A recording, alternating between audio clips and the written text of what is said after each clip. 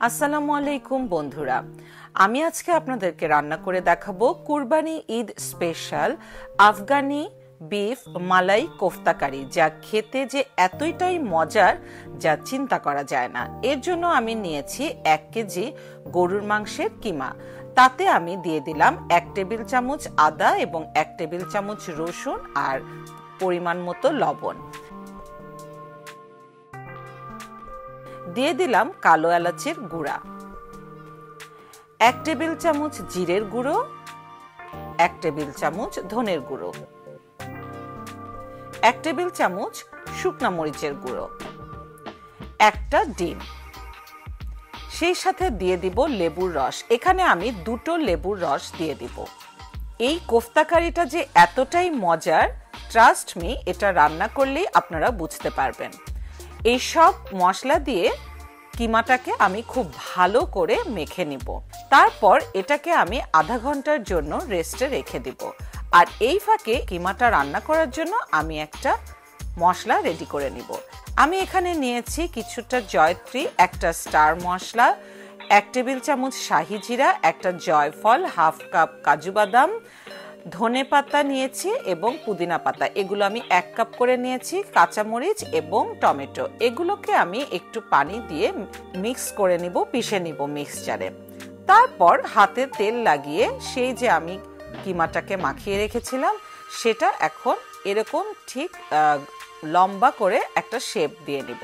আপনারা চাইলে কিন্তু গোল গোল করেও বানাতে পারেন, তবে আফগানি মালাই কোফতা কারিটা কিন্তু একটু লম্বাটে হয়। তারপর আমি একটা প্যানে খুব অল্প পরিমাণে তেল দিয়ে নিয়েছি। তারপরে এই কোফতাগুলোকে আমি শ্যালো ফ্রাই করে নিব, অর্থাৎ এটা কিন্তু ডিপ ফ্রাই হবে না, হালকা ভাজা হবে। এক পাশটা যখন একটু লালচে হবে তখন আমি উল্টে আরেক পাশটা ভেজে নিব, ঠিক এইভাবে। কালারটা যেন সবগুলোরই একই রকম থাকে।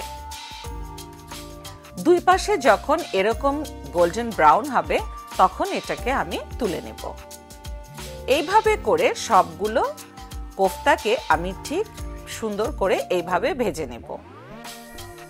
তারপর প্যানে আমি তেল দিয়ে দিব। এখানে আমি প্রায় 1 কাপ পরিমাণ তেল দিয়েছি এবং দিয়ে দিলাম কয়েকটা গোটা গোলমরিচ, 2টো তেজপাতা, কয়েক টুকরো দারচিনি। এগুলো যখন ফুটে উঠবে তখন এতে দিয়ে দিব 1 কাপ পেঁয়াজ বাটা। পেঁয়াজটা নেড়ে নিব যাতে পেঁয়াজের কাঁচা ভাবটা চলে যায়। তারপর দিয়ে দিব এতে 1 টেবিল চামচ রসুন বাটা, 1 টেবিল চামচ আদা বাটা এবং সেই যে আমার পিষে রাখা মশলাটা, এটাকে দিয়ে খুব ভালো করে কষাতে হবে। এই পর্যায়ে আমি কিন্তু শুকনা মরিচের গুঁড়ো দিব না। এবারে দিয়ে দিলাম ধনে এবং জিরের গুঁড়ো 1 চা চামচ করে, এবং মশলাটাতে আমি পরিমাণ মতো লবণ দিয়ে দিলাম। লবণটা আপনারা অবশ্যই টেস্ট করে দেখবেন। এখানে আমি নিয়েছি 1 কাপ টক দই এবং 1 কাপ দুধের সর। দুটোকে আমি একসাথে মিক্সড করে মিক্সচারে ব্লেন্ড করে নিব। তারপর এটাকে আমি দিয়ে দিব। যেহেতু এটা মালাই কোফতা কারি তাই দুধের সরটা এখানে ব্যবহার করতেই হবে। মশলাটা যখন খুব ভালোভাবে কষানো হয়ে যাবে তখন এই কাবাবগুলোকে আমি এর মধ্যে দিয়ে দেব। দিয়ে খুব আলতো হাতে এটাকে কষিয়ে নিব। এটা হচ্ছে সেই যে মশলাটা আমি মিক্স করেছিলাম, সেটা যে একটু মেশিনে লেগেছিল সেটা ধুয়ে আমি পানিটা দিয়ে দিলাম যাতে কোনো মশলাই আমার নষ্ট না হয়। মাঝে মাঝে এটাকে আলতো হাতে একটু করে নেড়ে দিব আর ঢেকে ঢেকে দমে রান্না করব। যখন এটা একটু হয়ে আসবে তখন আমি এতে 1 চা চামচ সাদা এলাচের গুঁড়া এবং প্রায় 2 টেবিল চামচ পরিমাণ গোলাপ জল দিয়ে দিব।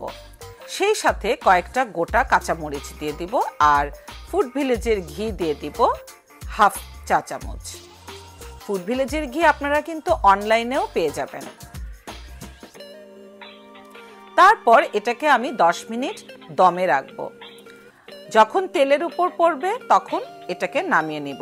বাস হয়ে গেল আমার আফগানি বিফ মালাই কোফতা কারি। এটা একটা বিদেশি খাবার হলেও দেশীয় উপকরণ দিয়ে অনেক সহজেই রান্না করা যায়। তো আপনারা ভালো থাকবেন। আল্লাহ হাফেজ।